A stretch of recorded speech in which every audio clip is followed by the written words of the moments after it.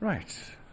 Good morning, everybody, and welcome to Leeds City Council Scrutiny Board for Environment, Housing and Communities. My name is Stuart Galton. I am the chair of the meeting and I represent Rothwell Ward. We're now going to go round the table to introduce the other members of the board in the first instance. Hello, I'm Councillor Dowson. Good morning all, and I represent Chapel Allison Ward. Good morning, I'm Councillor Kate Haig, representing Farnley and Wortley Ward. Good morning, Councillor Eleanor Thompson, Guiseley and Rawdon Ward. Good morning, folks. Councillor Adrian McCluskey, Farnley and Wortley Ward. Good morning, everybody. Councillor Karen Renshaw from Owsley and Robin Hood. Good morning, Craig Timmins, Councillor for Carvely and Farsley, and I am substituting for Councillor Hanan. Good morning, everyone. Councillor Shafali from Beeston and Holbeck Ward. Morning, everyone. Councillor Annie Maloney, also Beeston and Holbeck Ward.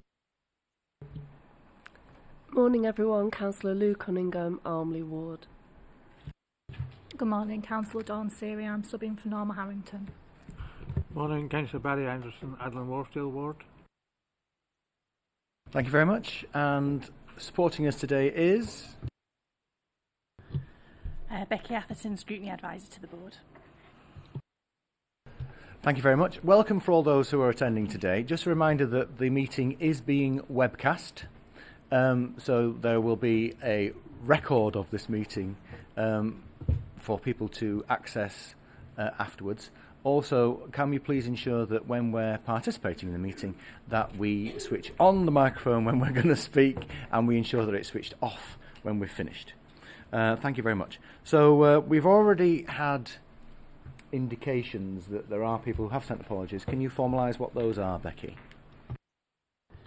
Yes, Chair, we've had apologies today from Councillor Hanan, who is unfortunately unwell, and Councillor Timmins is attending as a substitute, and Councillor Norma Harrington is also unable to attend, and Councillor Seary is attending as a substitute. Great. You're very welcome. If there's anything that needs explaining, please do ask, because we appreciate that if you're coming fresh to the scrutiny board, you won't appreciate what we've been looking at previously. So we'll go into the formal aspects of the agenda, if that's all right. Item 1, Becky. There are no appeals today, Chair. Item 2. There are no items for exclusion. Any late items of business? No late items, Chair. And are there any declarations of interest from members present? No, thank you very much. So, item 5 is apologies. We've already confirmed those. Let's go on to item 6, which are the minutes. So, can we confirm that members are happy that they are an accurate record? Can we have someone to propose that? Councillor Haig, thank you very much. Anyone to second? Councillor Renshaw, thank you. I don't think there's anything else to action on the minutes, Becky. So we'll move on to the next item on the agenda, which is our work programme. We always want to make sure that we have a busy schedule for us to look at in terms of our area of expertise. That will involve additionality throughout the year. However, I don't think there's anything on the agenda going forward that we weren't aware of previously, Becky, is there? Any comments from members about the work programme? Councillor Dowson. In view of the discussions we had at the pre-meeting, is it possible for this scrutiny board to make a formal request of another scrutiny board to actually include something in their work programme? Yes, is the short answer. One of the areas that we're able to do that is through a recommendation as a subject matter of an item on the agenda. But if the issue isn't covered by an item on the agenda, I'm sure we can make a direct request. I think it possibly is it's covered a little bit on one of the agenda items. So should I bring it up under any other business at the end of the meeting? No, bring it up during the item itself, and we Thank can you, amend Chair. the numbers of recommendations put forward. Thank you. Thank you. Okay, thank you for that. We're now going to move into... Councillor Haig. Yeah, just to clarify, because I don't think it's entirely clear in the papers, that the item coming in February, the Tenant Scrutiny Board, that is the board making a presentation to us. Yes, Becky, could you give a little bit more detail about how that works? Yeah, the chair of the Tenant Scrutiny Board is invited to come in on an annual basis. So they're coming in and they're going to do a sort of brief, I wouldn't say it's as formal as a presentation because they've asked to keep it relatively informal. They're going to outline some of the key issues their board has looked at and talk about some of the priority issues for tenants at the moment. Will there be any papers at all prior to that? Because it's hard to prepare for an item without any papers. I believe so, but I will double check with the officer in advance of the agenda going out. Okay, thank you very much. We will now move on to our business items, and we will be looking at item 8, which is the budget proposals. Now, to enable us to do that, we will be having a presentation from David McNutt, but we also have the pleasure of the company of the executive members, or 2 of them, as well as the chief officers for the areas in question and the director. So if they would like to introduce themselves in the first instance, so that those on the webcast can understand who we're talking to, as well as people on the board who might not be familiar with every face here. Over to you first, Councillor Harland. Thank you, Chair. Councillor Mary Harland, representing the Kibbucks and Methley Ward, and also here as Exec Board Member for Housing. Good morning, everyone. Councillor Asghar Khan, representing Burmatoth from Richmond Ward, and the Exec Member for Communities, Customer Services and Community Safety. Morning, everybody. James Rogers, Director of Communities, Housing and Environment, and I'll pass over to Dave and Kerry, who are also here for this item. Good morning, everyone. I'm Kerry Murray, Head of Homelessness Services. Good morning, everyone. I'm David McNutt. I'm the Head of Finance for Communities, Housing and Environment Directorates. Good morning. Philip Tapin from Waste Management. Hello, I'm Rosie Harvey from Waste Management as well. Thank you very much. Just so you know, the microphones are movable, and it would be advantageous if they could be brought a little bit further forward to you. And please ensure that if you have a laptop in front of you for referencing, that it doesn't form a barrier for the projection of your voice. So thank you very much.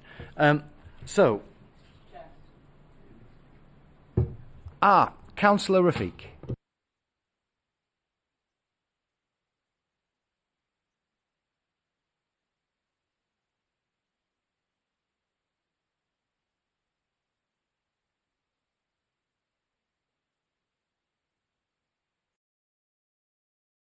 Works, yeah. Thanks, Becky. Mohammed Rafiq, Chapel Alton Ward, and Exec Board Member for Climate, Energy, Environment and Green Spaces. Thank you. Thank you, Councillor Rafiq. You're very welcome. So we're going to have a presentation first from David McNutt, as was mentioned earlier. One of the things that we did discuss as members in the pre-meet is that a lot of the information which is within your presentation is subject matter that we're familiar with in terms of the budget setting environment.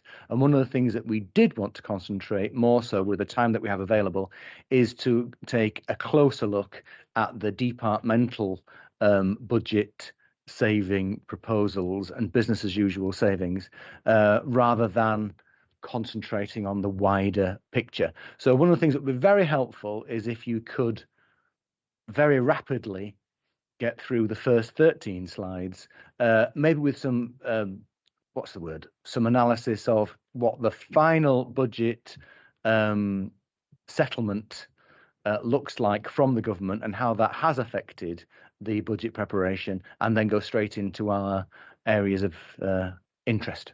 Is that all right, David? Thanks very much. Over to you. Yeah. Thank you very much, Chair.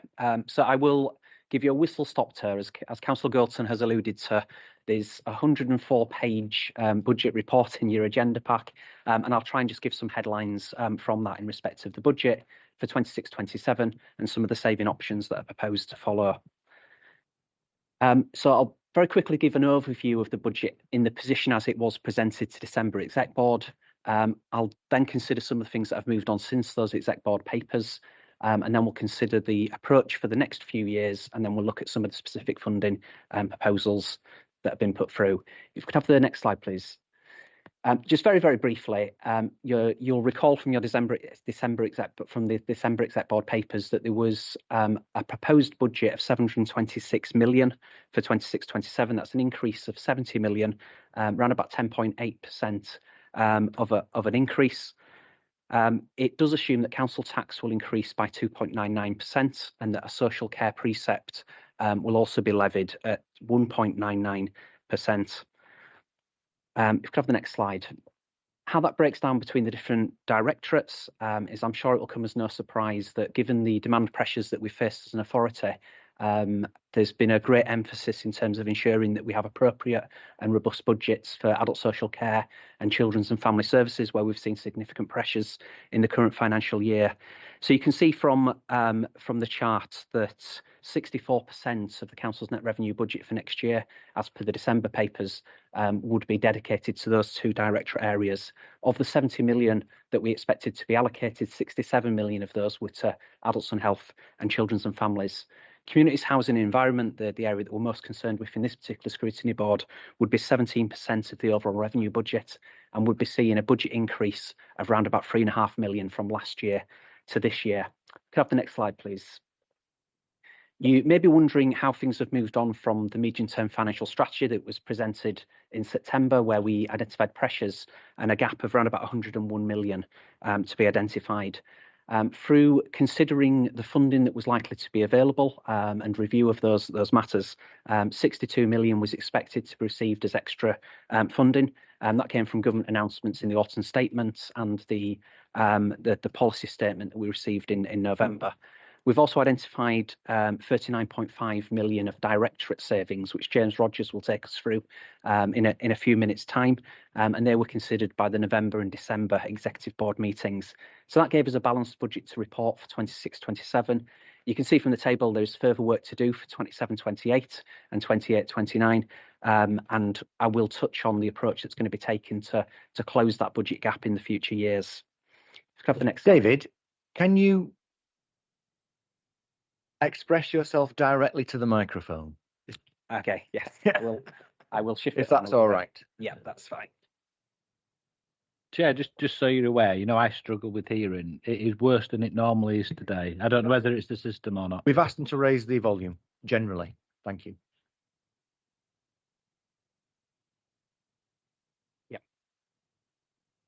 Okay, so we have received a multi-year settlement on the 17th of December. So this is after the December exec board papers were published. It's a 3-year settlement that helps us to plan for the future and gives us great certainty as to what is going to happen going forward. And it also gives us an opportunity to make sure that for the next few years that our budget plans and the council plan can be better aligned into the actual budget proposals. As is always the case, we've had a number of different grants that have been consolidated. Some have moved into mainstream core council funding. Others have been grouped up in a different way in terms of the grant structure. That does mean we'll have less specific grant returns to complete, but the overall amount we receive in those specific grants has reduced year on year. But the overall headline from the settlement was a positive position in that we received an extra 30.88 million of funding over and above the figures that were reported into December exec board. There's additional 37 million for 27-28 and an additional 38 million for 28-29. And there were increases in some of the specific homelessness funding streams as well. If you could have the next slide, please. Perfect, yeah. So with that additional resource of 31 million, additional pressures have also been identified that match that 31 million and bring us back to a balanced position. In recent months, it's become very clear that the demand pressures in adult social care have continued to grow. So an extra 11 million has been earmarked to cover those demand pressures that have arisen. We've also reviewed some key budget areas across all directorates, and we've included additional for staffing and prevention and various running cost pressures just in terms of delivering the services that we run.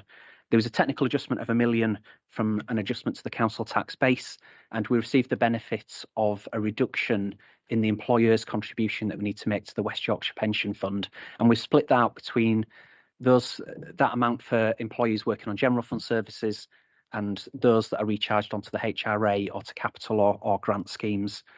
There are some specific reserves that will need to be repaid next year, and that comes to a total of 31 million. So from the December exec board position, we've had 31 million of extra resources, and we have proposals for 31 million of extra expenditure, again balancing our budget back to the resources available.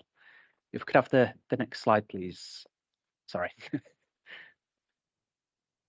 So in terms of what that means, it does give us 101 million of an increase in net revenue charge. You'll remember the 70 million from the earlier slide plus the 31 million that we've just spoken about. So in terms of the pressures, it's demand pressures that's dominating. And again, if we could just have the next slide, and I'll just very quickly run through.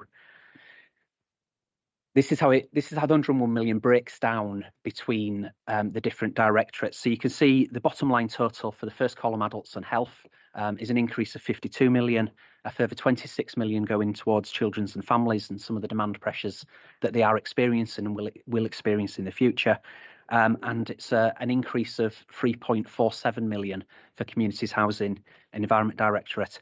And if you scan down the different items on the list, we've had some movements in the grants. I've mentioned an increase in homelessness funding, and there's also been movements with a new crisis and resilience fund that's been created out of the household support fund that we had this year. But the biggest figure on the middle column for CH&E is the demand pressure, and we've been able to set aside an extra 11 million, in excess of 11 million for the costs of supported and temporary accommodation, and the pressures we are experiencing this year and the pressures that we expect to continue on into next year. We've sought to set aside sufficient budget to cover those demand pressures. In terms of other costs, there are some, we are talking about simple recycling a little bit later, and we've set aside budget provision for those proposals for 26-27, and a number of other different budget increases that have been factored in line with need and demand pressures that have arisen. Obviously, a budget is an estimate of what spend is going to be, and whilst I'd love to say we can predict every future eventuality, clearly in the real world that's not possible. So whilst we've done a lot of work to analyse historic trends, to understand the markets and the environments that certain services are operating in, we do recognise that for some volatile budgets, it can be very difficult to predict the future as to exactly what is going to happen. So demand and demography, we will closely monitor as the year progresses to make sure that we are budgeting at the right level. We've taken a lot of time and a lot of effort to make sure that they're as accurate as they can be. Conscious of other things affecting the council and the people of Leeds as well. The cost of living is a significant issue for a number of our residents and our tenants, and that could have an impact upon the demand upon council services and the ability to collect fees and charges as well. There are some government policy changes that will affect matters within on the schools side. We're waiting for a white paper in respect of the schools grant in regard to SEND, and within the housing revenue account, we're waiting for guidance in respect of rent conversion. If we could have the next slide, please. So looking ahead to the next 2 years, you'll recall from an earlier slide that there was a budget gap, a sizable budget gap for those particular years, and the approach that we're going to take to close that gap is an approach to try and identify savings and efficiencies in line with the council plan. Now that we have a 3-year funding settlement, we can better align our priorities as a council to the budget plans and strategies that we put in place. The aim is to have something of a reset and a reshape of the council amongst 4 themes that have been worked through in respect of organisational effectiveness, prevention, revenue growth and locality working. We also recognise that we are in something of a transition year this year as well. So we have undertaken the normal approach of directorates identifying savings that can be realised, and James Rogers will go through the CH&E ones in a few minutes. But over the coming years, the focus will be much more on themes as to where savings can be identified rather than a directorate-based approach as we've seen. And I do understand that the scrutiny chairs will be briefed in the coming weeks on some of those cross-cutting organisational efficiency and prevention proposals that will be in the 26-27 budget. Just very quickly before I pass to James, just to go through the housing revenue accounts. Click on 2 slides, please. So in respect of the HRA, the proposal is to increase rent in line with the government formula of CPI inflation plus 1%. That's a rent increase of 4.8%. It would generate around about 10.9 million of additional income. Service charges are expected to go up at the same rate, and we've also budgeted for inflation on our housing repairs using the BCIS construction rates, and we've managed to identify an extra 4 million of funding to go towards repairs for the next financial year. Rent convergence is the biggest unknown at this moment. The government has announced that they will provide an answer as to how much rent convergence can be applied to our budgets in the following year by the end of January. So hopefully in the next couple of weeks we'll get that information. They've consulted on a rent convergence increase of £1, £2, or something else, and we'll see what they come back with.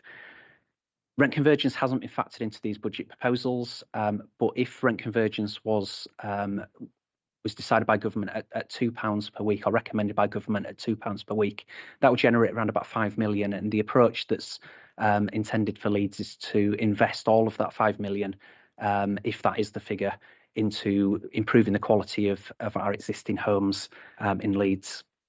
And then finally from me, it brings us to the capital programme, and we do have a capital programme of 178 million earmarked for 26-27.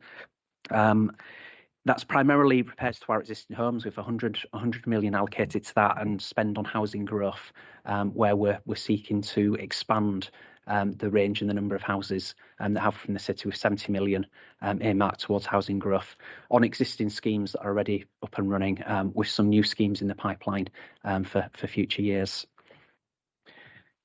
So that's a very quick overview. So apologies, it was such a whistle-stop tour. As Councillor Galton has indicated, it would be good to spend time on the savings proposal. So I'll pass over to James now. He'll take us through the specific proposals. Okay, thank you, Dave. Okay, so members will recall that we've had 2 reports to Executive Board, one in November and one in December, which outlined the savings proposals going forward as part of the budget that will be considered by Council next month. The November report came specifically to this scrutiny board, I think, last time, and I went through the proposals then. And the December ones, those who were at the joint scrutiny board meeting that we had will recall. There's been no changes since then, so what I'm going to run through now is just a reminder of what we've been through previously, just so you're aware of what's in the budget for communities, housing and environment. So first of all, they are all what is referred to as business as usual savings. So none of them are sort of fundamental service reviews. They are things that we're able to do relatively straightforwardly.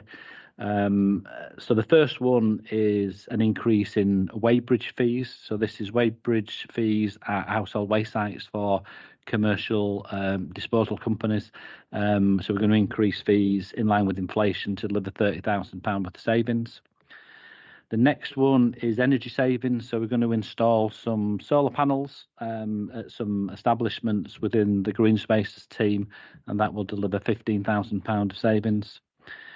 We're looking closely at our third-party grants that we provide within Green Spaces in terms of how we can provide those more efficiently and make savings. So we've got 55,000 included for that. Income within Green Spaces is always a significant budget line. If you think about the range of commercial services that we have within Parks and Green Spaces, in terms of things that we do at Roundy Park, in terms of hosting events at Temple Newsham, all the facilities that we've got at Lotherton and Tropico World and such. So we've included a figure of 200,000 for increased income from those commercial opportunities next year. On to safer, stronger communities. We get a number of grants for different things across the council, as you're aware. One of the things we've been able to do for next year is use grant for some existing costs that we've currently got. So that will deliver £810,000 next year. The 500,000 one-off means effectively that we can only use that, or 310,000 of it sort of recurring for the next few years. So 500,000 then becomes a pressure within 27, 28, which is why that's in there. We've also got £100,000 savings around external youth grants. So these are youth grants that are provided to external third sector groups within the city. What we've identified is that in some areas of the city we've got duplication of offer, and we've got low attendance at some of our provision. So what we can actually do is move some of the clients to local provision that's taking place elsewhere within their locality, so achieve the same level of support for the number of young people in the city as we currently are, but make efficiencies in the way that we're doing that, so a more efficient way of doing what we're actually delivering now. A couple of years ago, within community hubs and libraries, we introduced what we refer to as the hub and spoke arrangements that we've got in place, which are a more efficient way of providing community hub services without having to reduce opening hours any further, or reduce the number of community hubs that we've got within the city. The intention was always to get back at some stage to getting back to those services operating at full capacity in what they did prior to sort of 23, 24. What we've agreed is we'll continue the existing hub and spoke arrangements for another year, because they are working fine at the present time, and with the current budget challenges we've got, we think that's the right thing to do. But we are looking in 27, 28 to revert back to the normal arrangements for providing that support looking forward. We've then got the advice contract, which is the contract that we have with Leeds CAB in terms of providing essential advice to citizens and residents within the city. We're not reducing that at all, so that will be kept at its current level. But what we are able to do is to use some of the new crisis and resilience fund that we've got as a local authority to fund that. So that gives us a 260,000 revenue saving without impacting upon provision. So provision will be maintained, we're just funding it in a different way. And then the last one on that slide is the credit union grant, which is 150,000. We're doing two things with this. One is we are in discussions with the credit union about potential efficiencies and how we can review the support that they provide to us and whether they could do that more efficiently and deliver some savings. And secondly, we're looking at also how we can fund that grant from the Crisis and Resilience Fund again as well. So some review work, but also some use of grant funding that we've got. So on to the next page, please. So then the second page, the first line, a relatively low figure of 12,000, but everything sort of contributes to the budget pressures that we've got.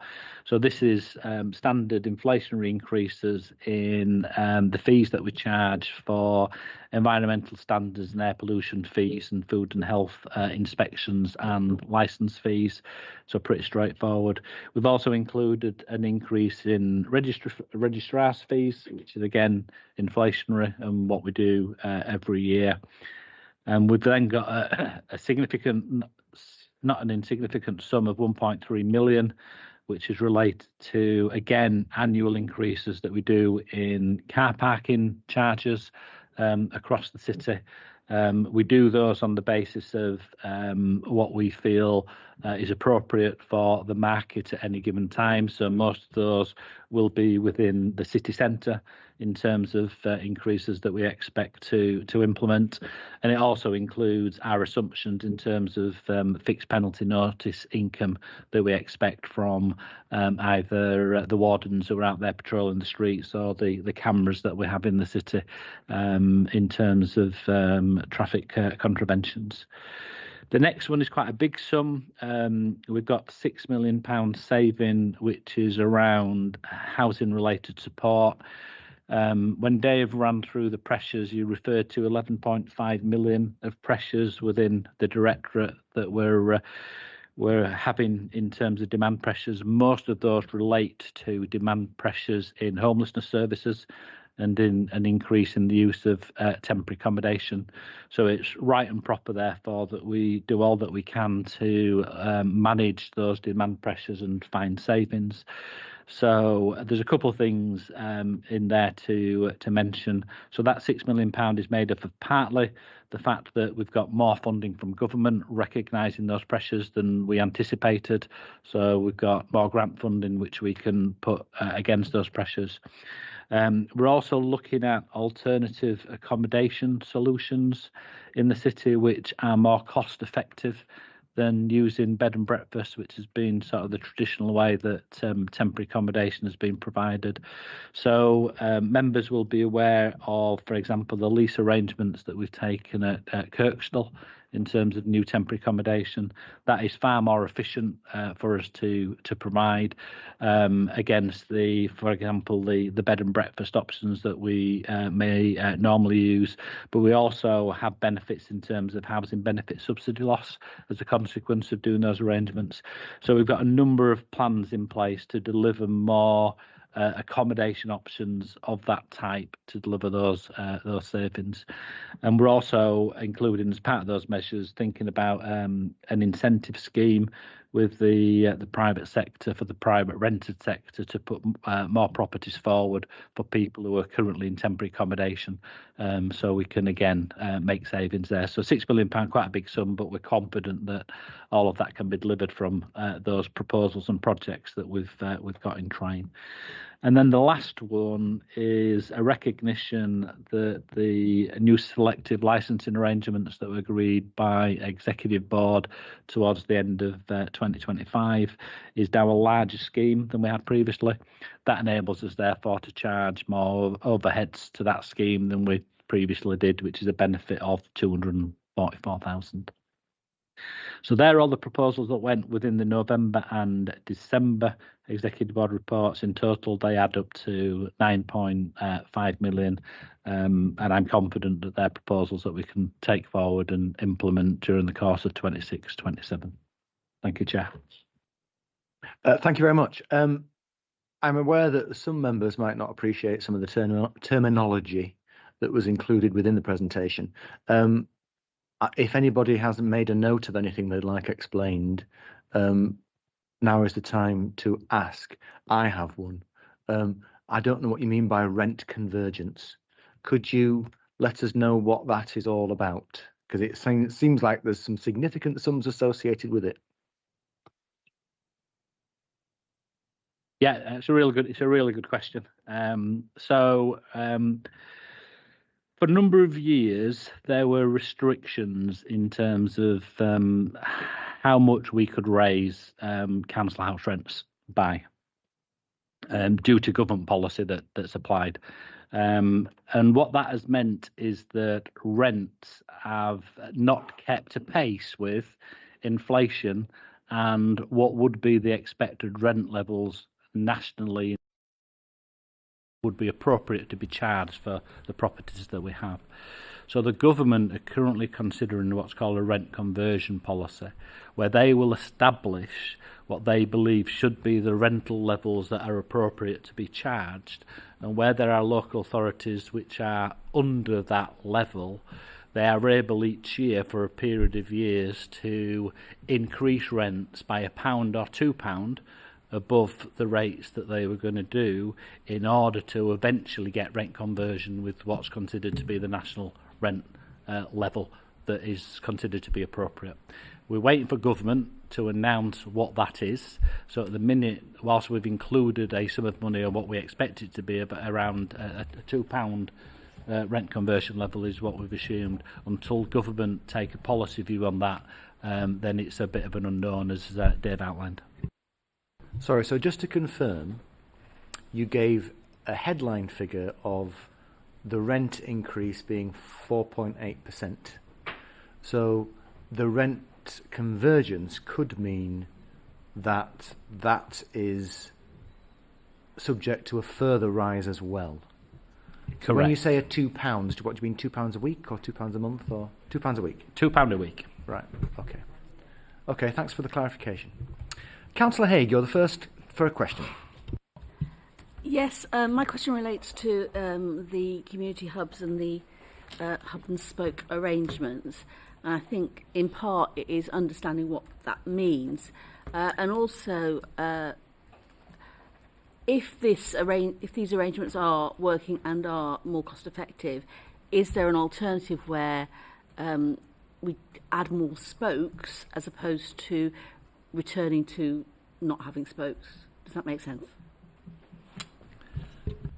It does make sense. So what it means is that prior to the hub and spoke arrangements, what we had were community hubs which provided a fully inclusive, all-inclusive service to residents. So you could get essentially the same level of support in any community hub that we had in the city.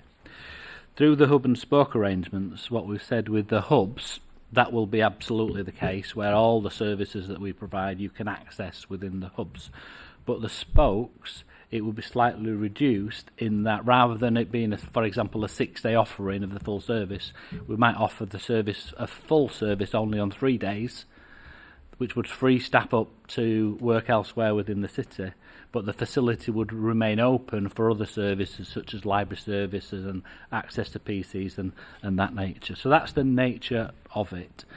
In our discussions with members when implementing that, members were keen to seek to avoid that becoming permanent because they welcomed the sort of more fulsome offer within our community hubs within the city, which is why we've always planned on reverting back to the previous arrangements at some time. But clearly that could be something that members would want to discuss further and could clearly continue the hub and spoke arrangements for a longer period of time or in perpetuity if that was considered appropriate. Yeah, thank you. I did ask also whether it would be, if we kept that model, whether it be possible to have more spokes, because one of the reasons I'm asking about this is, of course, as we all know, Farnley and Wortley has no hub, and we're not the only ward in that position. So whilst I understand that some members want the full service back, my residents and residents in other wards in the city have no service at all. So is that something that could be looked at? We do recognise that there are parts of the city which have got an absence of you just identified there, and without a doubt that's certainly something that can be considered as part of a potentially future plan in terms of a new state, should that be considered to be beneficial. Sorry, Councillor Khan, you wanted to come in? Yes, just briefly, Chair. Thank you, Councillor Hay, for your question. As you know, I've just taken this role, we had meetings with yourself, actually, with the ward members and the officers are looking into how we can make sure, work with yourselves and with the residents. So going forward, there's nothing carved in stones, but however, we will be continue working with you, as James said already. Thank you. Thank you. Councillor Timmins. I have got 3 things to go on, so I'll be quick with them all. First one, in terms of the savings on efficiencies in external youth work grants. So a little bit cynical about that, because I think, you know, having a great youth service and lots of different offer is really, really valuable in our communities. And quite often we find out afterwards there's reasons that we have got these extra provisions. So I suppose what guarantees have we got that we're not going to lose something really valuable in our communities there? Next one, just in terms of fixed penalty notices, is there scope for closer work with the community committees in terms of enforcement in our areas? Because I do understand it's more cost effective when the enforcement officers are in the city centre. I get that. However, there are a number of issues in our areas, and if we could work closely with them, we could make it more cost effective for them to be in the outer areas. And last one, just in terms of the housing related support, it's great what we're doing, particularly the stuff that's happening in Kirkstall, obviously we've got to dispel some antagonists on different social medias who tell lies about what it actually is, but we're doing some great stuff with that. However, that's a very large amount for adult social care. It's got a big impact with adult social care, where we find it quite hard to predict what the demand is year on year. So how confident are we with that figure, given it's such a large part of the savings within this remit? Okay, thank you. So in terms of youth services, we've got really good relationships with the providers within the city who are providing those external youth provision services. Generally, large organisations in the city we work quite closely with. So we will work closely with them in making sure that the provision that we've got continues to support the number and level of youth support that we need within the city, but doing it in a more efficient way. And you have my word that we'll work with those organisations to make sure that there is no detriment in terms of young people in the city as a consequence of that. We've already started some of those discussions in terms of moving it forward. It's not just something that we wish to do, it's something that we're pretty confident that we can deliver, and will deliver a positive outcome both in budgetary terms but also in terms of young people being supported within the city. In terms of FPNs and sort of enforcement work, so first of all I would say that we're currently in the process of increasing the number of enforcement staff that we've got, because we recognise that there is a demand across the city for more enforcement work to take place. Therefore, absolutely, community committees should work with Mark Jefford and the parking team in terms of how best to utilise that resource. Some community committees have also invested additional monies that they've got influence over in terms of additional enforcement capacity over and above the sort of corporate enforcement capacity that we've got, and some community committees wish to consider doing that as well, where you've got more dedicated support within your areas which your community committee is influencing, and Mark will be very up for discussions on that. Can I come in at that point? And there's been interest indicated from elsewhere as well. The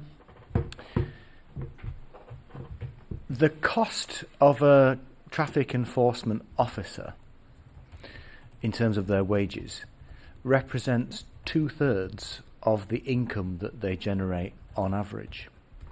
So why are councillors being charged to subsidise extra work in their area? It doesn't seem like it's very fair. Secondly,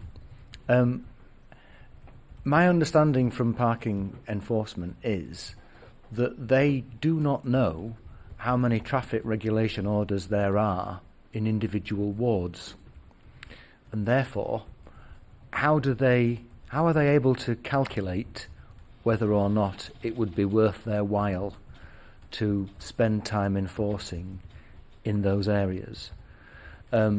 Personally, I think it would be... I know that this budget setting period hasn't got any service reviews. I think, given the potential for income generation from parking services, this should be one of the areas that we might want to have a deeper dive in to look at how we can deliver a different model of delivery to make sure that more communities in the city are actually benefiting from the service. Councillor McCluskey, did you want to come in at that point? Yeah. Well, I'm just, in terms of, we are one of the outer areas that needs significant parking enforcement, particularly on match days. We are Leeds United's second car park. As much as I support the massive investment and expansion of the ground, is this not an opportunity to say, well, you're bringing more people in, can you pay for some parking enforcement? Rather than the council having to stamp the bills for an increased population moving to our part of West Leeds. Can I bring anybody else in that's interested in this particular point around fixed penalty notices? Councillor Dowson. It's really about cost to save, to be honest. Our bin service, and we have representatives on the other side from that service, often have to go out the following day at a cost to the council to collect bins that couldn't be collected because cars are parked on areas that have traffic regulation orders or lines. Now, by having more wardens to cover that specific issue on bin days in certain areas, then we'd be not only collecting the revenue from the tickets themselves, but we'd actually be making our residents' lives better by making sure that the bins are collected, and we'd be saving further funds by not having to have crews go out on a second day, and sometimes even a third day where it's been missed on several weeks to collect those bins. Councillor Thompson. Thank you. This is one of the things I was going to bring, so I'll shuffle things around. Similarly, outer areas and getting enforcement officers out in time for school parking in the morning, especially when you're as far out as we are, can be a particular challenge. But keen to do some joined-up planning with community committees, as suggested or otherwise, around how we make most effective use of those resources. I'm really pleased to hear that there's the promise of more coming, because we really need it. Thank you. It sounds like... Oh, Councillor Renshaw. Thank you, Chair. Can I just say we did attempt to fund a parking attendant so that our ward could be addressed with all the parking issues, and we got told that that is no longer possible. Although they've done it on in the inner south, that scheme is now stopped, and we cannot fund. So we're having parking issues left, right, and centre.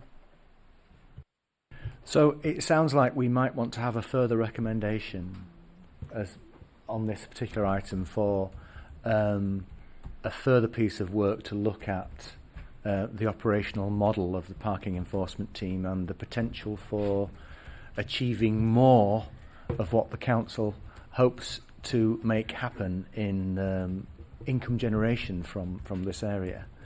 I have Councillor Anderson first, and then Councillor Rafiq. Just very briefly on that point.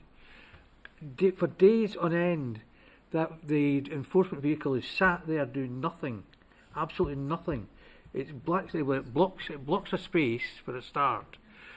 Why can we not use that vehicle more effectively to go around and do enforcement? Because it's sitting there. So it is a resource that we've obviously paid for to get the car to get the car designed, but we don't appear to be using it. Is there a reason why we're not using that vehicle, which is sitting gathering dust? I'm not sure if any officer is directly aware of that particular vehicle. We might need to get an answer afterwards. But maybe Councillor Rafiq could answer that, and if not, James Rogers can come in afterwards. I'll let James answer that. But just going back to how we deploy parking enforcement officers, I agree with your point that I think it would be only just and fair to have the appropriate officers here, Jason, Mark and John, who actually oversee parking enforcement. I know we are at the moment recruiting further officers, or in the process of another 10 officers. Some are already in the process of starting, some will start in the next few months. But more than happy to have those a separate conversation about with members of scrutiny and how we could do things differently, and listen to and take into account board's comments. Thank you, Councillor Rafiq. That's very welcome. James. Yeah, thank you, Chair. Very much appreciate a whole wide range of issues raised there, and I would encourage you to have a sort of more detailed look at it in scrutiny because of all of those issues, but some specific things. I think the thing to remember with sort of traffic enforcement is that it's highly regulated in terms of what we can and what we can't do, and when we can fine and when we can't fine, and what conditions have to be in place before we can issue a legitimate fine. And you're right, the car is sat within the Civic Hall quite a bit these days, and that's due to the fact that that car can only be used for very certain offences. in terms of predominantly ones that take place within the city centre, but there are some sort of school-based offences that it can collect as well. What we found is that actually in the first couple of years of using the car, it was very effective and produced a fair bit of income generation as a consequence of the number of fines it was able to issue. More recently, that's not been the case, so it's become less efficient and less productive in recent times because less people are doing the offences that car can actually catch, which is why it's used less these days than it was. So it is always a balance of investment of the cost of doing something against the income that would be generated. It'd be good to explore further that point you made around not being able to do anything more bespoke within community committees and then funding things where appropriate, because I think I would be very supportive of that. So I'm not sure where you got that from, but I'd encourage officers to work with members to potentially look at those solutions more. Wherever there is an opportunity, clearly where there are significant numbers of offences being taken and we're not enforcing, absolutely should be doing that, because that is done on a cost to save basis. In terms of the income, will always be more than the cost. I think there are more challenges sometimes within communities where we can, for a period of time, enforce within communities. That does start to change behaviour, which then reduces the number of offences, which then means it isn't covering the costs. So we then do come away, and what you tend to find over time is that those behaviours then come back, and we have to go back in that. So I think working closely with members to identify those hotspots and work with them is absolutely something. But what I would encourage you to do is maybe have a more detailed consideration. The point about refuse collection that Councillor Dowson refers to, we've been doing a lot of work around that, and I'll just bring John in just for a minute just to update people about how we're working with both highways and enforcement colleagues on that. Sorry. Thanks, James. I just want to briefly reassure members that as services we are working together on issues like this. So, as James says, both from a highways perspective and particularly parking services, Mark Jefford services. So where we are putting in place, or have put in place, traffic regulation orders that create yellow lines specifically around issues to try and prevent access issues that are stopping refuse collections being made on the scheduled day. We do have those discussions with Mark and his team, and reassurances around being able to support us in those locations, and that does happen. Clearly, both sets of services are always limited by the finite resources we all have and competing priorities. But I just want to reassure members those conversations do happen and that cooperation is there. Thank you. I think we'd like some actual examples of that happening, because I know that in my ward I don't see any traffic wardens turning up when bins haven't been collected because there's obstruction of a vehicle. One of the wider areas, I'm going to draw this to a conclusion because I think we've had a really good go at it.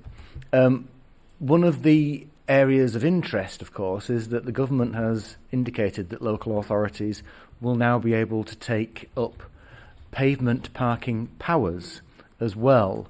And I understand, I might be wrong, that those powers might be coming into operation within this financial year. So has there been any preparation at all in terms of the anticipation of us being able to take on those powers, James? And is it something that we might want to include into our work programme? It was literally only announced, I think it was last week or the week before. So it's currently something that the government are looking to consult upon and take forward. We'd clearly be very supportive of it, and officers are currently considering what our contributions to that consultation would be. And certainly if scrutiny wanted to sort of be involved in that as that work develops, then again I would recommend that. Can I just also say that there was a third point from Councillor Timmins which I've not answered yet, so I'll come back on that. Thank you for helping me chair the meeting. I was just about to bring Councillor Timmins back in. That's why I was drawing a close to the parking discussion. Councillor Timmins. It was just a prompt on that one actually, so thank you. I have had people in the queue wanting to talk about other issues as well, so I'm going to go back to Councillor Cunningham. Thank you, Chair. So I've got one quick one and one more in-depth. So my first one is around the increased weighbridge charges and balancing that against the risks of increased fly tipping and the costs associated with that. And my second one is about the grant substitution. So it's just really to dig down into that a bit. So am I right in thinking that that element of saving is removing the possibility of grants and maybe using that money to prop up services and deliver services? If so, my question is around the fact of like community involvement and grassroots groups who have knowledge of the safety and community needs within their areas, and preventing them being able to have that input that they currently have through the grant system for specific projects. Thank you. Okay, thank you, Councillor Cunningham. I'll let John answer the weighbridge fee one in a second. On the second one, no, it's a bit more subtle than that.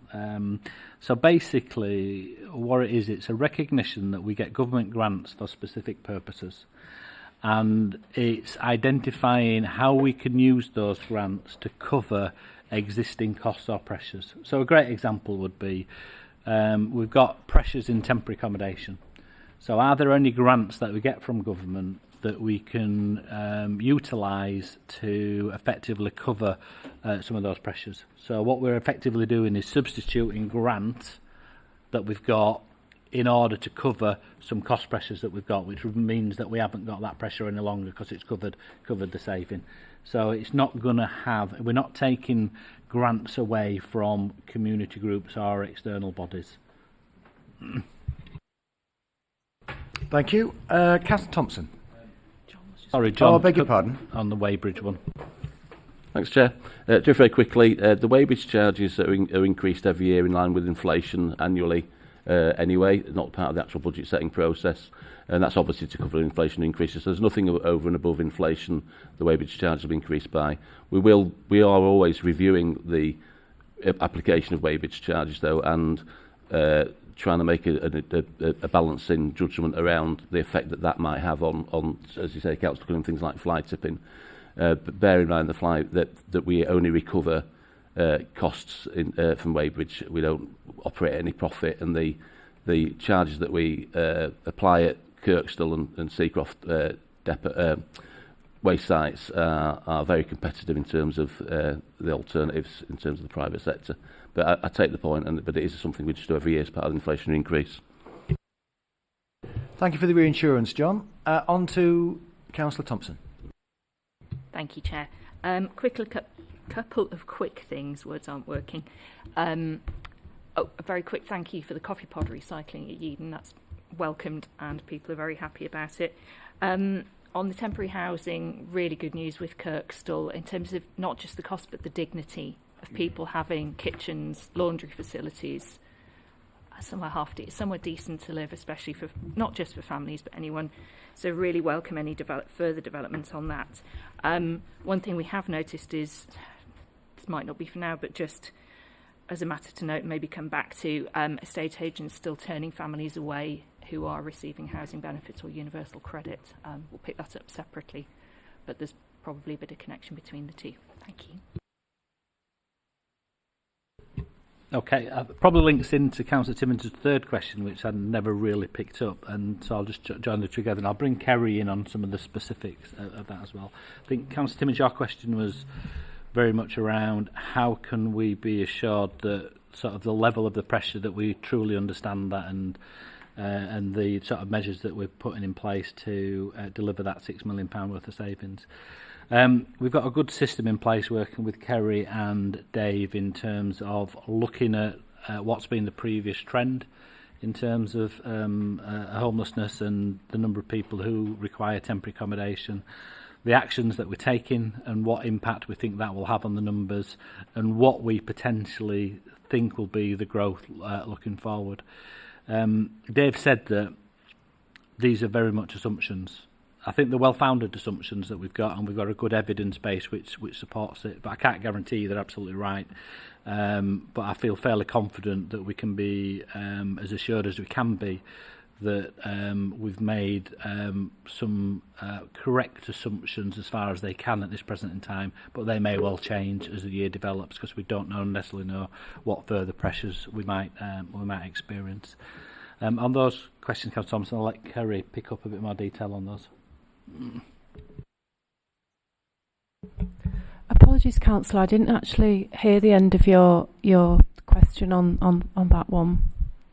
Thank you. It was about estate agents turning families and individuals away who are in receipt of benefits. Not sure where the legal standing is on that, but that then impacts because people are told to seek private rental if they can't get council housing. If they can't get a private rental, they can be in a real mess if they've had a Section 21 eviction, which may then put further pressure on the emergency accommodation. Thank you for that. I'm really happy to take any of those specific examples of estate agents outside of this meeting, and we can talk through that. But we do have a really robust private rented team who work really closely with a large number of estate agents in the city.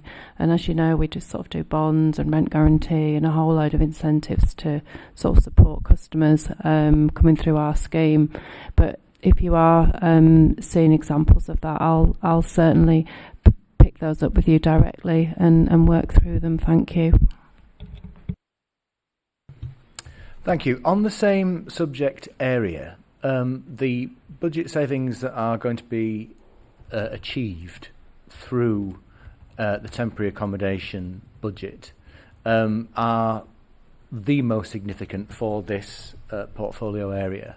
And what we would like to understand as a scrutiny board is the assurance around your ability to achieve those savings and the preparedness so that the alternatives are actually there to appreciate from the very beginning of the financial year. So it would be good if you give us an indication of the kinds of accommodation which you have already secured or are in negotiation for, and the expectation that you have around the incentive scheme that you mentioned, that James mentioned earlier, in terms of private rented sector, and whether that is for smaller scale landlords or whether it is for those with substantial numbers of properties. I think a little bit more detail around that would be helpful for us to have the assurance that you're going to start making those savings from the beginning. Thank you, Councillor. Really good question. So within the £6 million saving, there are two landlords who we are working with already, and we've been working with those landlords for a number of years, and we already have households in that accommodation. So we're really confident that we will be able to deliver the savings on those two schemes because we already are working with those landlords and actually have households in that accommodation. So the real positive is that they want to work with the council, we want to work with them. We already have really good established relationships, so it's just a case of us negotiating heads of terms and going through the legal process to lease volumes, their accommodation from them. And going back to your point, families and singles are already in that accommodation, so it's quite different to Kirkstall Brewery, which is obviously disused student accommodation, and you've got lots of families in one spot. With these two other schemes, they're flats and houses that are dotted all over the city, so we wouldn't see that impact being quite the same as Kirkstall Brewery because people will be, in sort of standalone properties.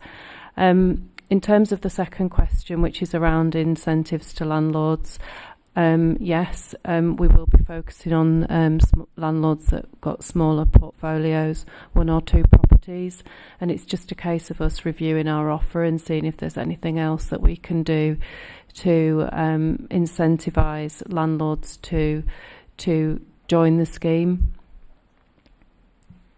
Thanks. And given the quantum of accommodation that you've been able to secure, could you offer a deadline, for instance, for us to end using hotel accommodation? Because that's the bit that is particularly expensive for us to administer. I don't think I could. I could give a deadline to using hotel accommodation. I think with the leasing schemes, we know that our reliance on bed and breakfast and hotel accommodation is going to decline, and the numbers will reduce, and that's really positive.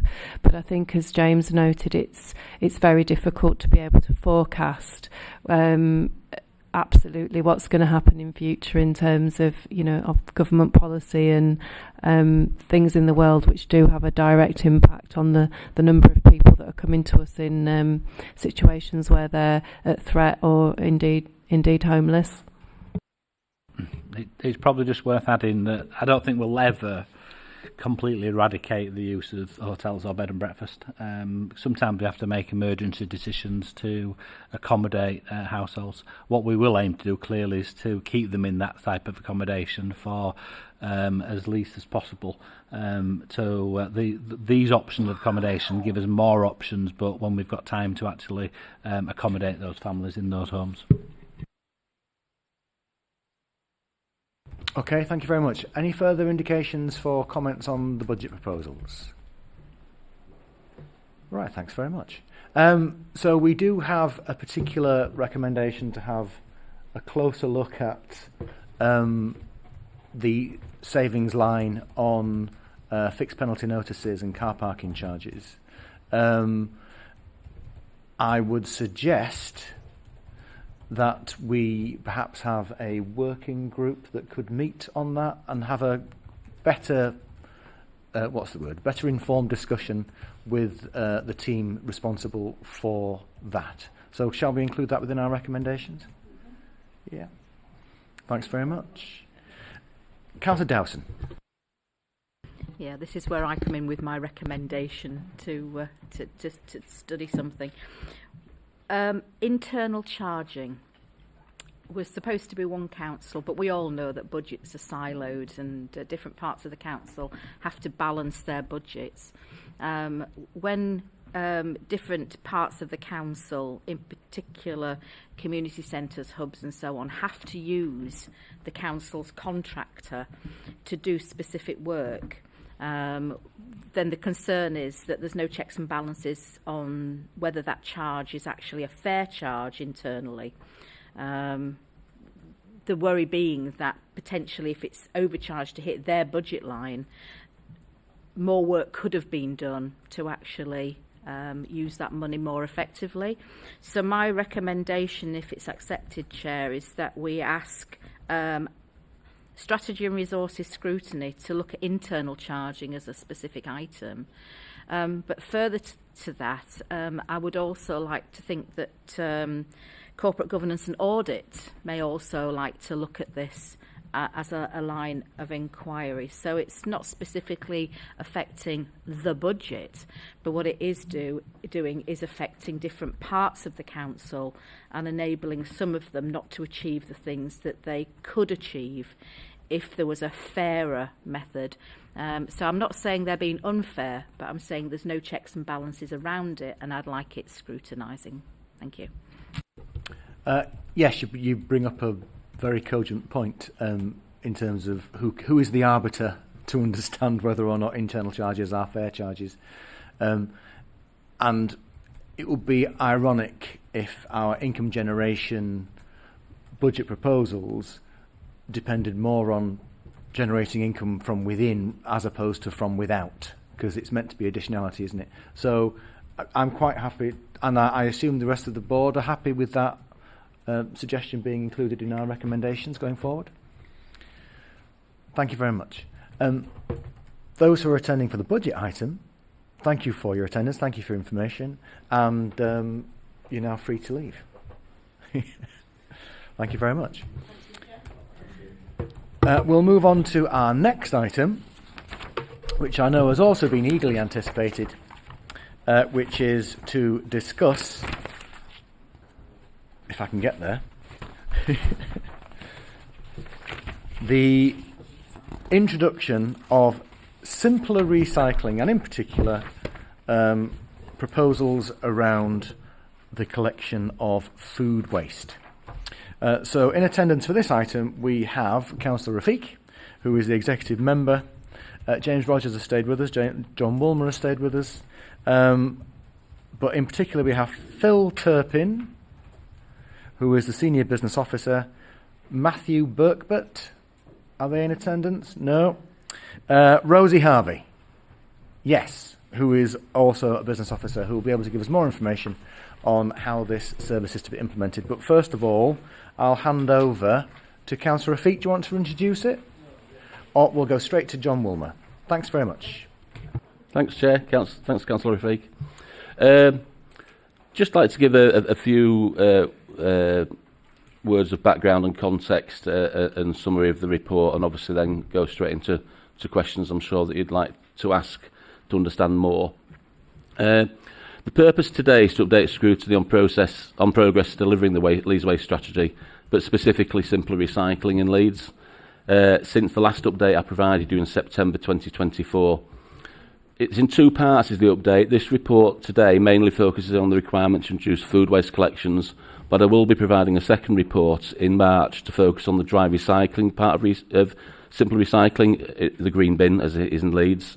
This will include an evaluation of the effects of adding glass to the list of materials added to the green recycling bin and seek a view from scrutiny on that. It's worth making clear at the start that the requirements relating to new food waste collections do not apply to all councils. As highlighted in section 25 in my report, 31 councils already have exemptions that they've agreed with government, including 3 core cities and a number of councils local to Leeds. Appendix A in the report summarises the timeline since I last came to in September 2024. A key milestone was the approval by Executive Board in December 24 of the 3-bin approach to meeting simple recycling in Leeds, including the commingling of food with garden waste, utilising and expanding the existing brown bin collection infrastructure across Leeds, but that was subject to affordability and the necessary procurement. The approved strategy included an approach to achieving weekly food waste collections that acknowledged the continued uncertainty about funding, and the final stage is to move from fortnightly to weekly collections would not only need extra operational funding but also necessitate additional depot facilities. This Executive Board approval included an indicative timeline as discussed at the September Scrutiny Board meeting, which set out a staged approach to reaching this full compliance. It had been hoped at the time to roll out this new organic waste collection service in 2025. However, following a procurement process, the cost of doing so was prohibitive and within the existing available budget resources. The Council therefore had to wait for confirmation on the new burdens funding expected to be announced for 2026-27 onwards. In the meantime, operational financial modelling continued to be updated using the latest available figures. The Council also made sure it utilised the capital grant available to order new refuse collection vehicles to avoid the anticipated delays across the sector due to the increase in demand. The Council also met and listened to contractors following the consultation exercise and invited interest in helping deliver a smaller scale affordable trial. The Weatherby and Collingham organic waste collection trial is included in the report with detail provided in Appendix B.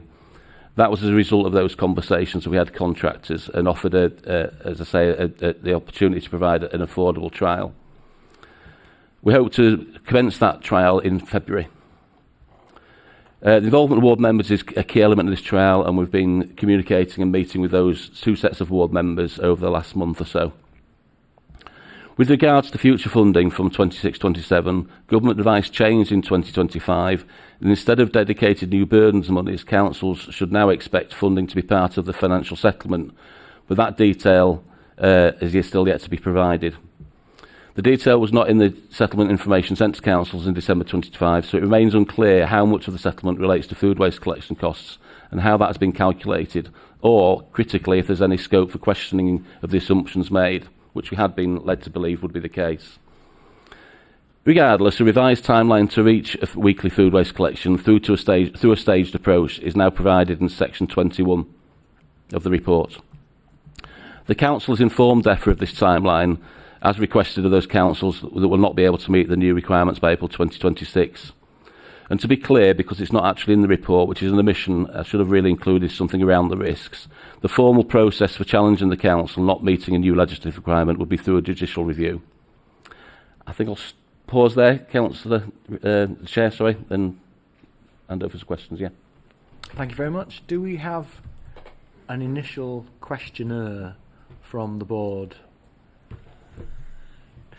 Okay. Oh, Councillor McCluskey. Where are you planning to start the trial? Where or when, sorry? Where? In the Wetherby and Collingham area. So when we went back to the contractors that had initially bid through the original procurement process to try and do a citywide rollout, an immediate citywide rollout, as I say, that proved unaffordable with the money available in the current financial year, we went back to them and met with them and had a kind of a steward's inquiry with them about what were the reasons why the costs were coming a lot higher than what we'd initially modelled. And a lot of those costs, extra costs, were related to the additional transfer and transportation costs that over the last couple of years have risen significantly across the industry. But as part of those conversations, one of the contractors in particular expressed an interest to try and do something locally, using a transfer facility that they had access to and could access at an affordable cost. We opened out that invitation to the other contractors that we had discussions with out of fairness, and it was just that one contractor we had a discussion with that was remained interested in doing something with Leeds, and their facility that they could access that would make this affordable to us was at Wetherby Skips in Wetherby. So that dictated to us really where it would happen. So what we've done is we've selected an existing collection route in that area. So again, we can collect good quality data and baseline it against what we currently collect in that collection route, so we can more accurately measure the impact of adding food to that route. So put crudely, whatever it increases by, we're assuming is going to be the food content. There's a bit more science to it, that, and the contractor will be doing some measures and data capturing at their end of things. So that's the rationale purely around that. So it'll be the specific route that already exists that covers most of the Wetherby and Collingham area. So that falls within the Wetherby ward, obviously, but also Collingham falls within the Harewood ward. So that's the 6 ward members we've been communicating with and working with. Councillor Cunningham. Thanks, Chair.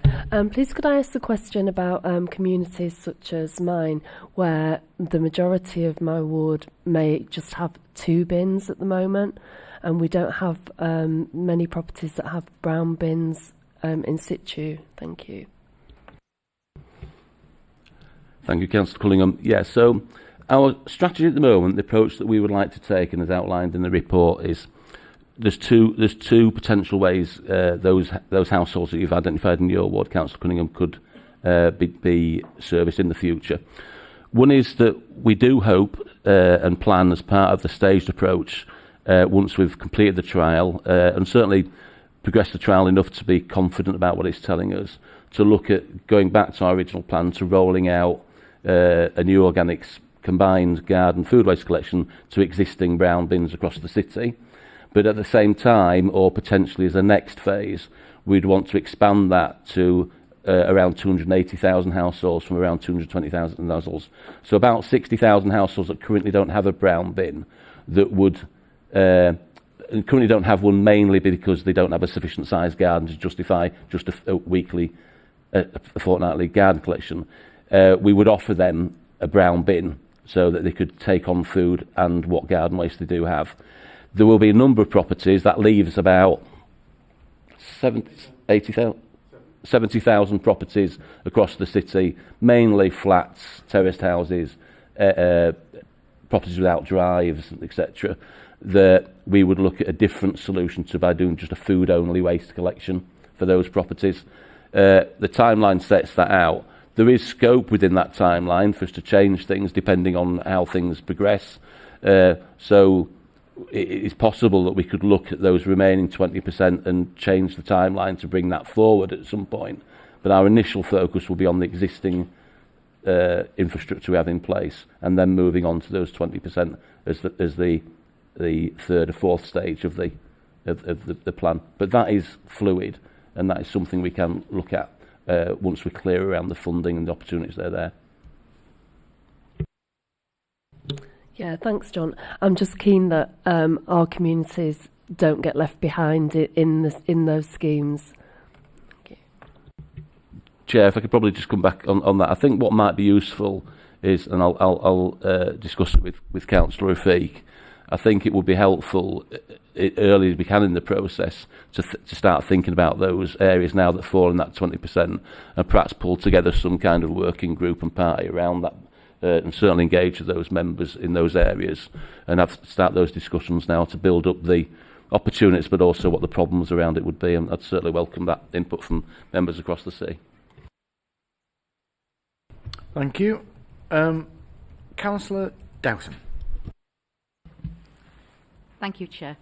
And it's like everything else, I suppose. The devil will be in the detail, because, as we all know, not all food waste is compostable, and it's how are we going to make that distinction when people put things into the bin, or are we just going to take any waste, including sort of cooked meat and so on, which is not compostable?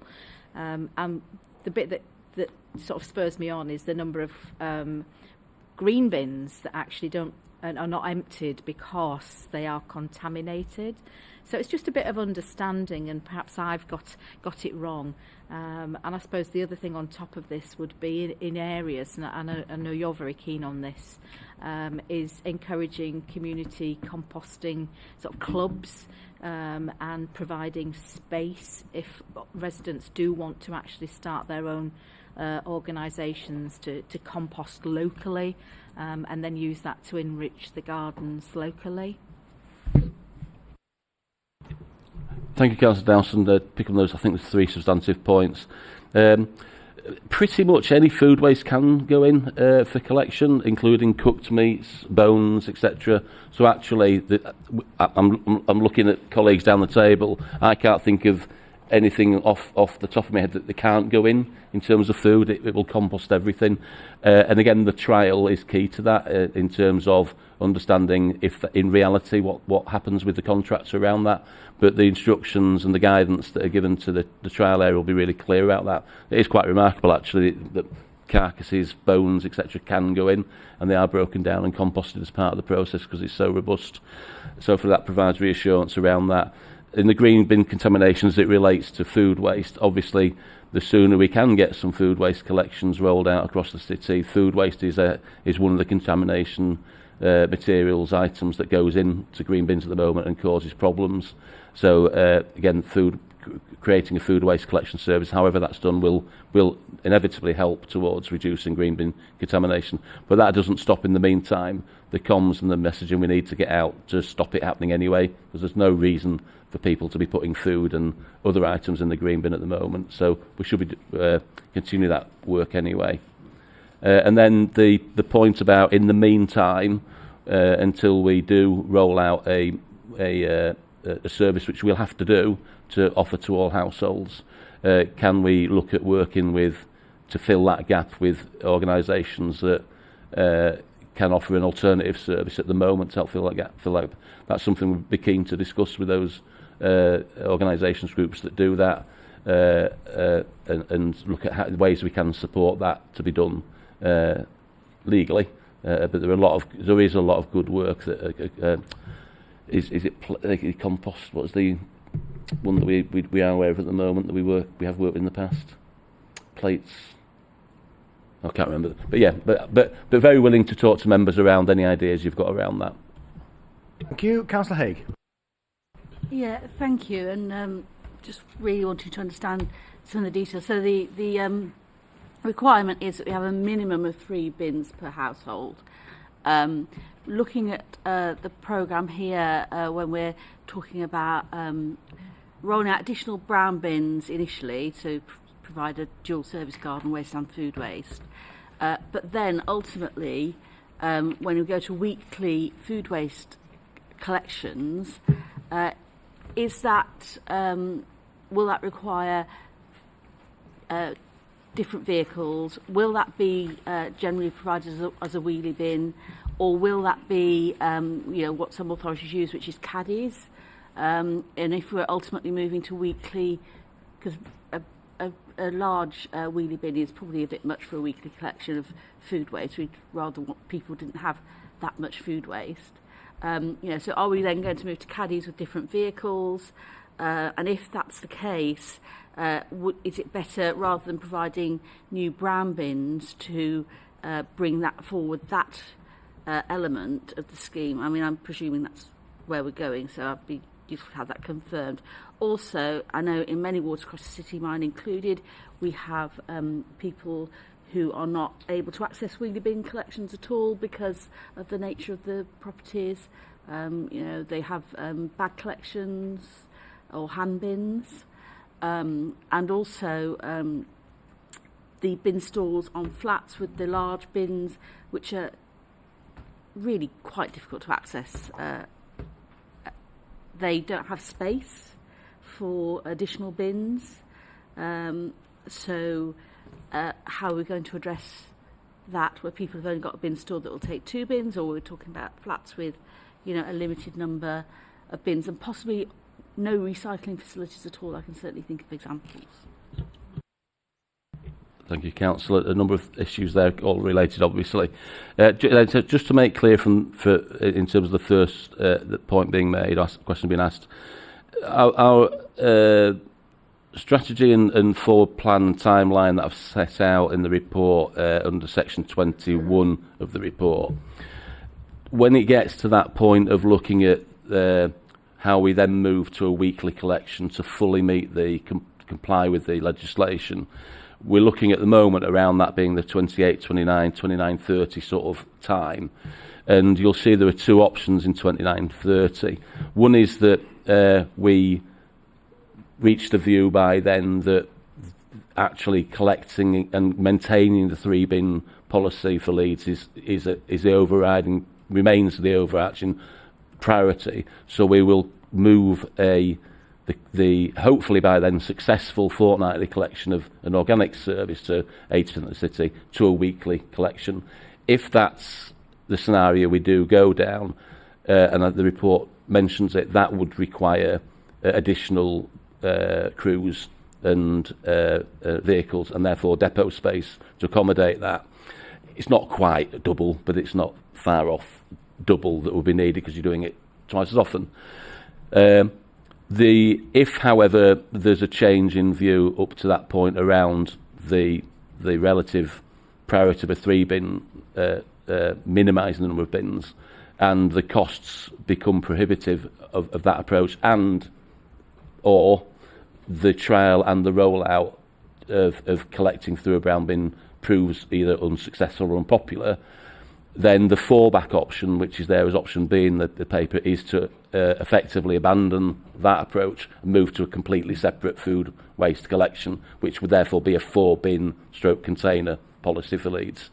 And in that scenario, that would almost certainly be a case of providing a caddy, which everyone will get anyway for their kitchen, whichever method we end up using. But they would then need a container for the street that they present on the street then as part of that, which would effectively be the 4th bin. So that's why we're presenting as 2 options for now, and why we're keen to, as soon as we can, try out the 3-bin approach in Leeds and look at least getting 80% of the city done. That leaves, as Councillor Cunningham has said, and we both said, well, what about the different scenarios with the remaining 20%, including flats, communal bins, etc., and those people that currently we can't even provide green or black bins to, we need to put on bag collections. That will all be part of the solutions we need to come at for the 20%. So I haven't got answers to that here, but they are the answers that we will need to provide when we look at how we deal with the solution for the 20%.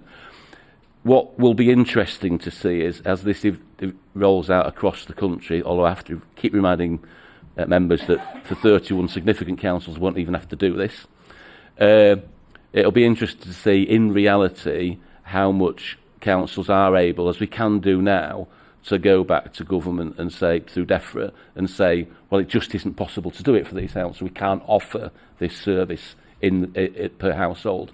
We might have to look at other ways, like working with the third sector potentially around how we offer collections to them, or just by saying it's just something we can't offer. Currently, there is legislation called the acronym TEEP. So if something's technically, environmentally, or economically not practical, then we're allowed to apply or that our discretion around that and say, well, that be our rationale. If somebody complained that we're not offering that service, well, we'd say it's not technically, economically, environmentally practical to do it. And we would hope that there would be a degree of pragmatism and common sense nationally that would be allowed to apply for those examples in the future. I understand your point about pragmatism as a way of not having to deliver on this service, but I actually think residents in those more difficult to collect places would probably like to do food waste recycling. So I think that we should look at those solutions. I also think I understand why the reasons completely why the brown bin is the obvious choice to start off with, but food caddies are far more accessible ways of doing food recycling. And as I said in my previous remarks, a large brown bin for someone who's got a wheelie bin for someone who's not got a garden or any garden waste to go in, with a couple of bags of food waste in, is, well, it seems to be overkill to me. And also you can use smaller different vehicles for food waste collection if you're not using wheelie bins. The loads, the weights are much less, so crews can operate in a different way. So I am concerned that we're going to end up with a kind of very kind of an overkill on the service, where it could be delivered perhaps more cheaply with cheaper vehicles and different crews. If I could just, sorry, Chair, can I just come back quickly on that point, because it's a really important point you're making, and is one of the dilemmas and issues that we will need to work through a solution for. I think the counter-argument to that is that if we sacrificed the fact that 60, potentially 70 or 80% of the city is quite happy having a brown bin and collecting garden waste in that, which would move to all year round as part of this way of doing things, if we sacrifice that service by saying, well, actually, we're going to just carry on doing garden waste separately and collecting everybody's food waste separately, not only would it add a fourth bin to things, it would mean we would still presumably want to carry on doing garden waste, so those services win, and we'd have to create an entirely new service for the food side of things, which would be around 30 vehicles, I think the current modelling is, so it wouldn't actually be cheaper in that sense, and it would require certainly that would require a new depot building for 30 vehicles. So there is a complexity to it, and what we're trying to do with this is pardon the pun, have a cake and eat it, in terms of trying to do something that helps and supports those that do want a brown bin, and expand that to more of the city, because a lot of people are asking for the brown bins that haven't got them already, and that service can then potentially be rolled out all year round. The benefits of that I'm sure residents would like to see. But then it is this question of what about everybody else, and how are we going to do something around those households, which I agree is the more difficult to answer bit of the equation. But we look forward to working with you over the coming months and year around that. Can I just come back on that one? So the situation which Councillor Haigh described in terms of smaller vehicles and smaller bins, and that was the reality in Rothwell for over a decade in what was meant to be a trial. But in this paper there is no evaluation of that 10-year-long data-rich experience that the council had. Is there a reason for that? Because I would have thought that that model is the one that you will have to follow for the 20% that aren't ever going to have the brown bin. And secondly, you mentioned how a separate food waste collection would involve having to invest in new depot, etc. But ultimately, for both of the options that you mention in your timeline, that has to happen anyway. So it's not simply just associated with separate collection, it's about the quantum of waste that you're going to have to treat, which can't currently be achieved through our current plant. So, yeah, it just feels like there's only one option that's ever been considered, and we haven't got anything comparative to say, yeah, that's the right choice. And secondly, the area around, you mentioned the 37 local authorities which are exempt from the legislation. Primarily that's because they didn't wait for the government to outline what the government wanted. Wasn't it because they already decided they knew what their residents wanted and then set up contracts with companies to achieve waste collection that it's difficult to get out of because they're long-term contracts, and that's why they've been given exemptions? And you've just said that the cost of the model that we want to pursue has just become twice as expensive.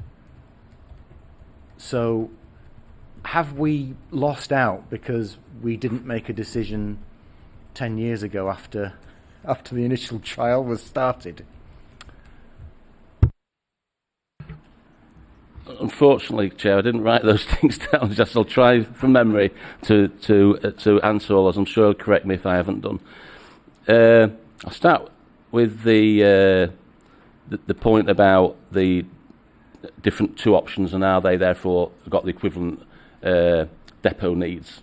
No is the answer to that. So option A, we believe in current modelling, would require somewhere between 10 and 15 extra vehicles to crews and vehicles to deliver a weekly co-mingled collection across the city, whereas a separate food waste collection would require an extra 30 vehicles plus across the city.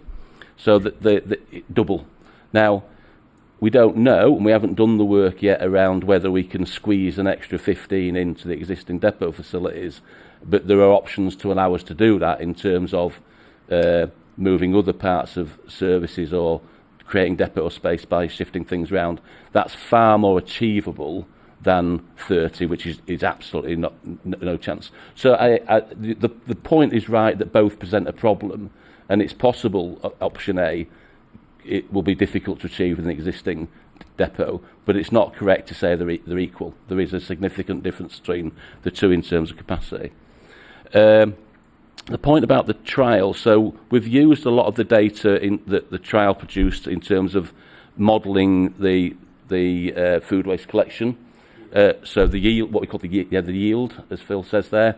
So we've used a lot of that in the modelling. So we have very sophisticated modelling that we've also shared with DEFRA around a lot of the information that we gather and how we model things, which has been helpful for them. So we have used the data to help inform the modelling for the different options to understand how much they would cost, etc.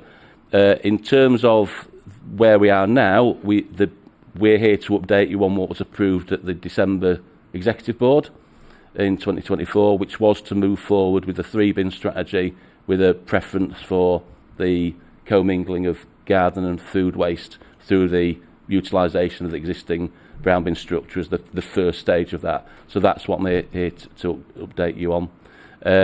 When we move forward to look at the options around separate food collection, be that as we hope to deal with the 20% that are left, or if we do end up having to move to Plan B to have a separate food waste collection, clearly there's data that we can fall back on that we gathered through the Rothwell pilot, but actually there's a lot more recent and more relevant to now data that we'll get from other councils and RAP who support councils around modelling and yield calculations based on ongoing food waste collections that other councils are already providing.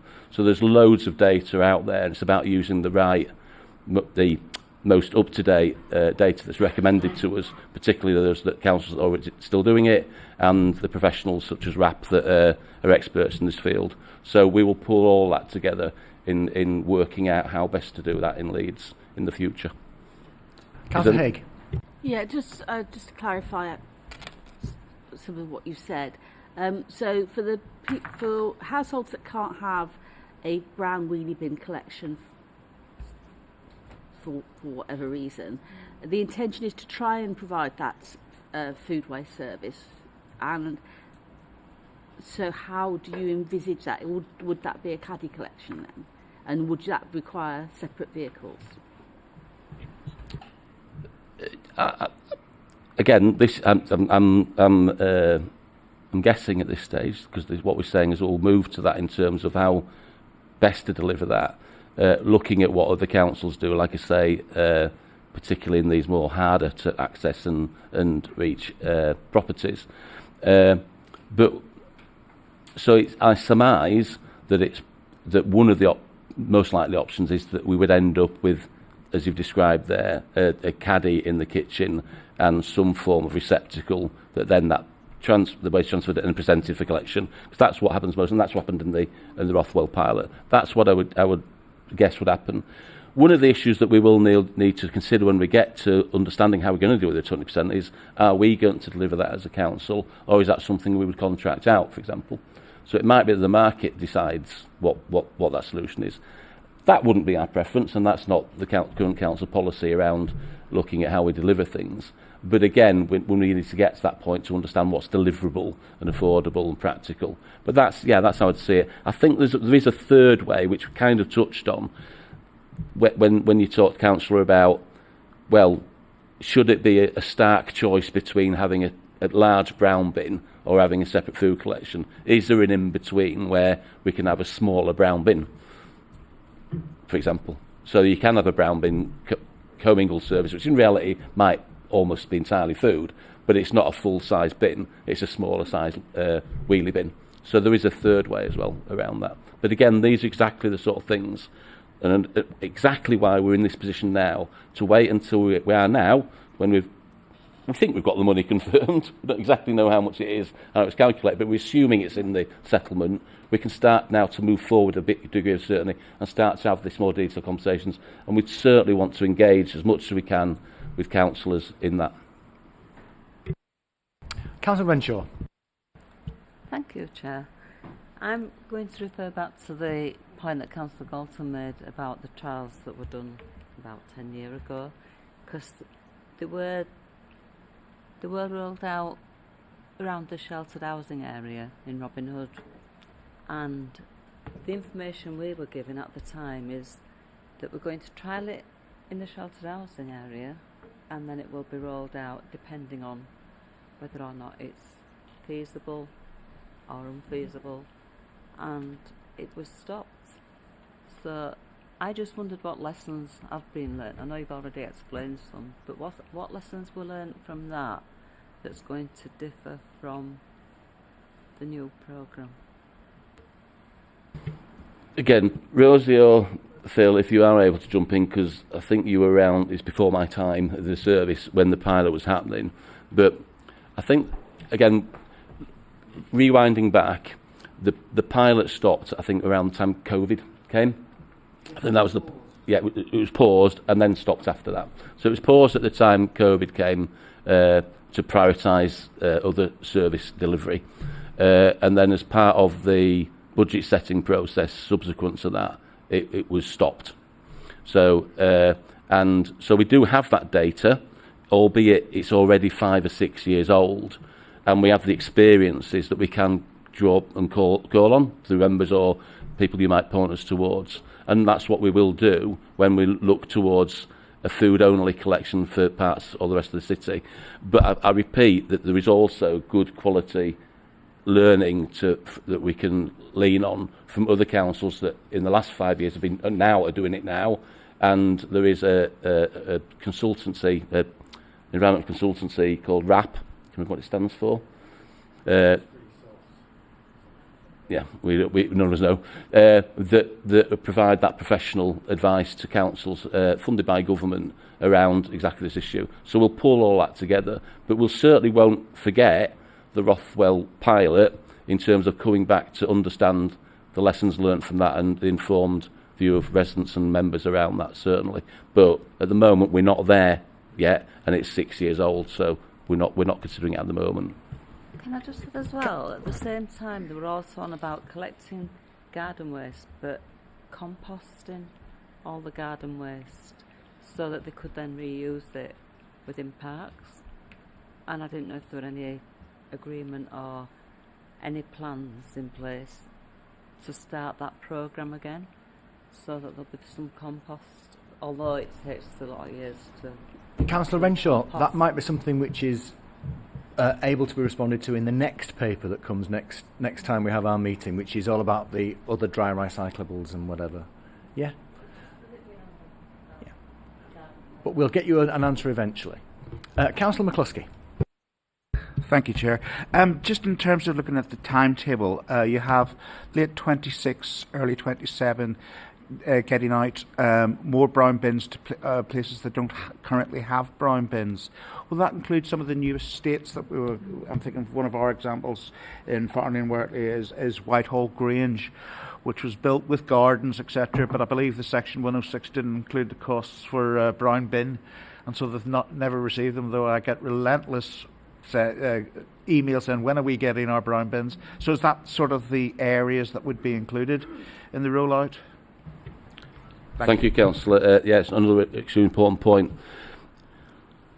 As part of our decision making that we're looking at now about how looking at implementing this timeline,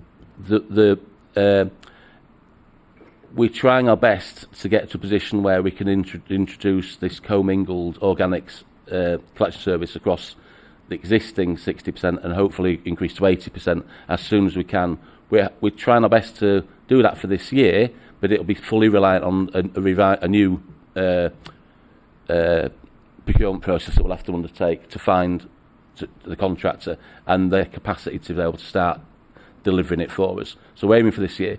If we manage to succeed to find a contractor that can cope with the amount of waste that we'll produce and introduce it later this year, then at that point we'll be looking to roll that out, if we can, to the extra properties, including the new builds and new developments you've said, Councillor.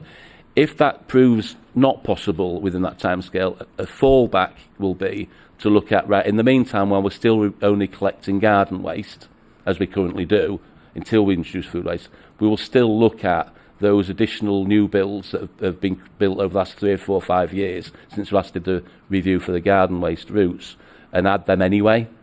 So we look at now the third option is we can't do that, but I'm pretty confident that that's what we're planning to do. If we can't add the food, we'll at least add the 10,000 or so, whatever property it is in new builds that we and you get a lot of requests from.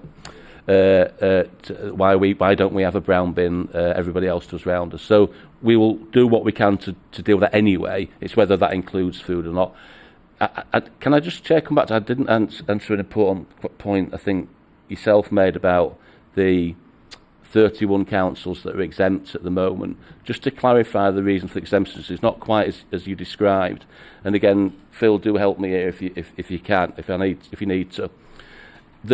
When the legislation was put forward by government to introduce simpler recycling, of which food waste was part of, and became the Environment Act 2021, as part of that process, they consulted with councils, all councils, and said, have you got an existing waste disposal contract for your residual waste that ties you into providing a minimum number of tonnes of black bin waste or whatever, usually black bins across most councils, residual waste. That means if we took food out of that black bin, it would put at risk your contract and actually end up costing you loads more money. So all councils that have a way of disposing waste like that, like Leeds does through the RERF, through the contract with Veolia, did calculations, and if they were able to submit something that made that financial argument, that was then passed as part of the legislation as those 31 councils will provide an exemption, which varies depending on that contractual obligation for 2 or 3 years. Some have got it for 10 or 15 years.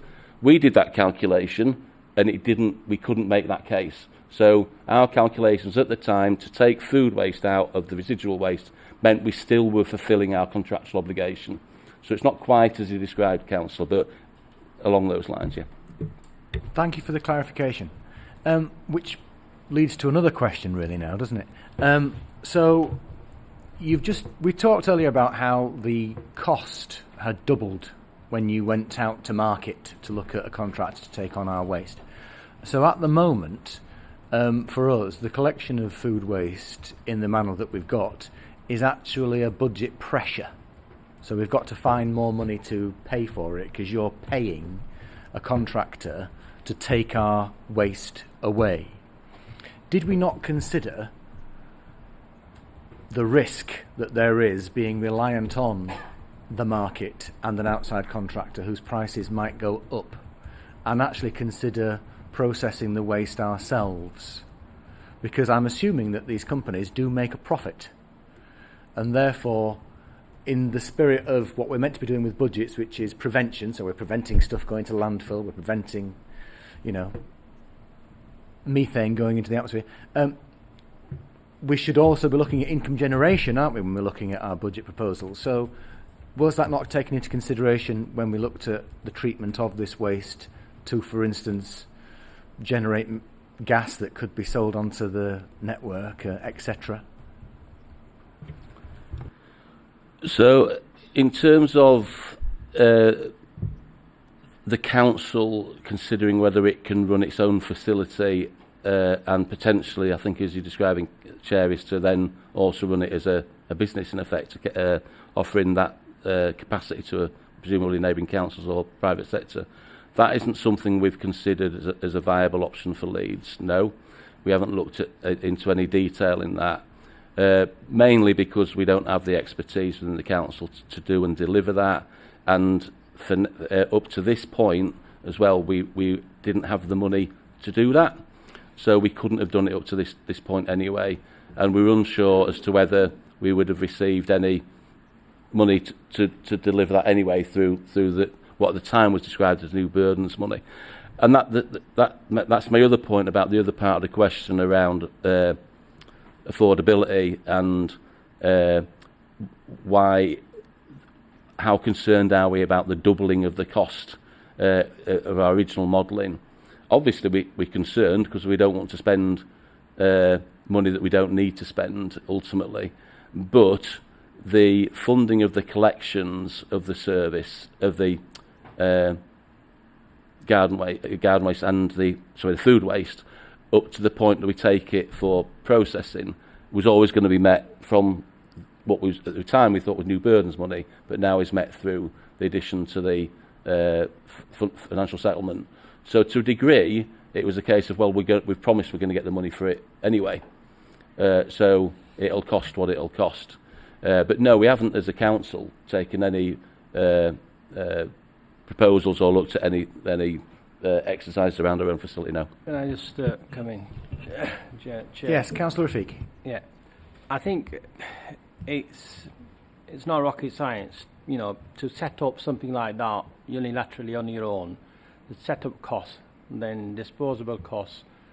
Whereas when you're working with something like this or with an external contractor, they're not just working with one authority. They've already got things set up. And often these contractors are working with several authorities. They collect waste from several. Hence, it's more cost effective for them. So for us to do that, you'll be reliant on other authorities and setting up. And there's a lot of question marks and having the money up front as well. And given our current financial situation, I don't think that would be an option for us to kind of go forward. Thank you, Councillor Rafiq. On the issue of the financial position of the council, you just mentioned that you expected more money to come in to cover the costs of the waste collection. However, the paper emphasises that you haven't got the money that you think you need to require to deliver food waste collection weekly to this city. And and therefore that's the reason why you're not delivering weekly food waste collection and you're delivering a fortnightly collection in the model. So there's a gap there, isn't there, in the funding that you've identified for the model. Yes, please. Yeah, thank you, Chair. Yeah, just to clarify, throughout 2025, the government was very clear that we would be told how much would be allocated for simpler recycling. When we received the settlement, it was silent on any amounts that were given for simpler recycling, but the government insistence is that we have been funded for a weekly food collection within the overall settlement figures that have been given. So within the budget proposals for 26-27, we have funded the proposals that are put forward for that particular year, and in future years, as that level of service delivery changes in respect to food collection, then we will increase that budget available. So we are working on the assumption that the government has funded a weekly food collection. Thank you. That's really helpful, because it leads to my next question, which is, if the government is assuming that the money that it's giving you is sufficient to deliver weekly food waste collection, and we're not delivering weekly food waste collection, and we're not intending to do so until financial year 29-30, have we considered the risk of being non-compliant for legislative expectations that we should be committing to? And was that included in the executive board report which talked about the 3-bin solution? Because I haven't seen that risk being expressed in a decision paper. It's not in this scrutiny paper, but I appreciate this isn't a decision paper. So is this going to go to executive board after here, or is this it in terms of the formal decision-making process? Because I would like to see the assurance there that being non-compliant with national legislation is something that both the government and ourselves are content with. Thank you, Chair. I think there's two parts to that question. One is around the what's been asked of today and the decision making, and the second part is around the risk and the confidence in the mitigation against that risk. So I think I've been clear in terms of the report and how I introduced it, that the decision was made at Executive Board at the end of in December 2024 to deliver a 3-bin strategy for Leeds and to give the Director the authority to, within affordability and procurement processes, to implement a commingled collection and work on it, the timeline at the time, an indicative timeline, and that approval is there. So that's the approval that we're working and updating you about. What I've updated and provided, I think, a detailed summary around is the reason, what's happened since then, in terms of the changes in guidance, the changes not only in funding, but so, for example, I'll give another practical change in guidance. It wasn't until late last year that we were advised for certain that the government wouldn't be funding as part of the funding, expecting the cost of caddy liners to be funded. Well, in Leeds, that's about £350,000-400,000 a year that would cost us. So suddenly, there's £400,000 of expense annually that we now don't have the funding to fund. So this is what I've tried to explain has happened since December 24. What I'm presenting to you is the rationale and reason for why the staged approach that was agreed is now slipping to 29-30, and trying to provide you with reassurance and assurances that why that's happened, and for you to question that, and to provide that scrutiny, and for you to be reassured there's a rationale and reason for that. For me, in terms of the council's then defence that could potentially be through a judicial review of why haven't you met a legislative requirement by April, as many councils won't do, our response will include this discussion and this paper and the rationale that we presented to you of why it was impossible for us to start across the whole city weekly food collections in 3 months' time. And indeed, why we think it would be irresponsible to have done something to rush that, to have done that within the next 1, 2, 3 years. We're looking at a staged approach that works for Leeds, that delivers a 3-bin policy, that makes it simple for residents and reaches a position within, we think, a reasonable timescale. So that would be our defence in any challenge. Thank you. But I don't think we've made any direct, explicit, what's the word? Expression of that, have we? So it might be something that we have as a recommendation, that we seek clarity from government that they're not intending to be, what's the word? To pursue this with vigour. I don't know. Councillor Haigh, you look like you've got an opinion on this. No, I just felt that it didn't entirely answer your question about the budget provision. So there's money we've been given to provide a weekly collection. We're not providing that. What happens with that funding? Is it just we can use it on anything we like, or is there a potential that government will come back and say, well, you know, we're going to take that money back? It's part of the council's core settlement, so it's not a grant with specific conditions. The money has been allocated just as part of the overall Leeds City Council pot. I think, yes, Councillor Rafiq. Given over the last few years the uncertainty over the separate food waste collections, certainly in the last 2 years, we started with the previous government, and then, over the last 12 months as well. And then we've got, I think the local authorities have got some sort of clearance that, well, the fund is included in the settlement. I think a lot of local authorities won't be in a position to start any new collections from April. There's no way they can do it. And there are several reasons for that. One is obviously logistical, setting up and everything. And the other is actually for them to source those specialist separate food collection vehicles, because, there isn't any technology that can actually provide you with those. So in many cases, it'll take them more than a year or 2 or 3 years for to actually have that set up in place. In many ways, for us to kind of start the organic food collections in the, let's say, the next 12 months, we're probably going to be ahead of many local authorities when it comes to doing that, because many local authorities don't have that infrastructure, because we already provide a very large garden waste, one of the biggest in the country. So we are kind of in a fortunate position to kind of do that, because we've got that infrastructure. Where you have to start from scratch for separate food collections, I think just sourcing the vehicles, these are specialist vehicles. It's going to take years for people to get those numbers.